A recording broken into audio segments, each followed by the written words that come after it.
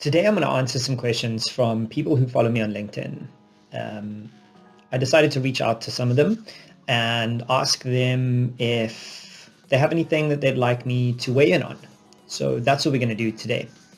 The first question comes from Jurelle Govender, and he asks, how do you find the time to constantly create new content?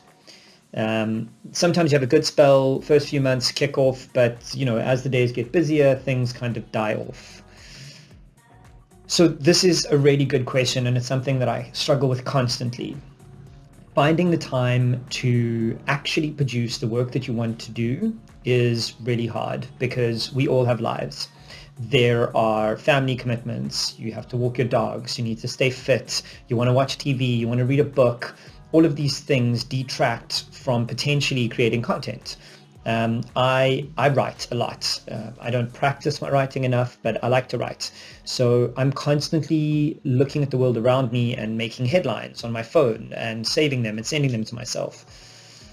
But the key thing here is that my priority is actually writing and producing content. I've shifted very dramatically to work on the things that I want to work on. And that goes hand in hand with not being distracted. So there's a lot of things to include here. The first is you need to know what your priorities are. If your number one priority is your family, great, then make less time to write.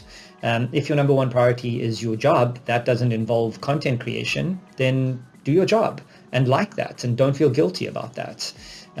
What I tend to do once I've set my priorities is work out how much time in a week or a month I can allocate to that priority. So if you're building a side hustle, there's no rush. Take an hour every week and focus on that side hustle. If you want to produce content, produce it consistently, but spread it out. You only have to write an article once a week, let's say. And if that becomes too much, once every 2 weeks. If that's not maintainable or sustainable, not maintainable, I don't know what maintainable means. Maybe that should be a word. Then try once a month. You don't need to drop TV from your day habits. You don't need to do anything dramatic. You just need to carve out a little bit of time that lets you allocate some of your mind space to this thing that you enjoy doing. And then the more you practice, the better you get, the more you want to do it. So the key is consistency. And it's this old blogging thing, actually. I've been blogging for a long time, 12 years, 13 years, more maybe. And early on, the marketing experts would tell you to blog consistently. So if you tell your readers you're going to write a new article every Tuesday, make sure you write an article every Tuesday. And it's 15 years later, and that's still the best way to tell your readers that you care about them. If you're posting on LinkedIn and you commit to doing it to yourself every day, then do it every day.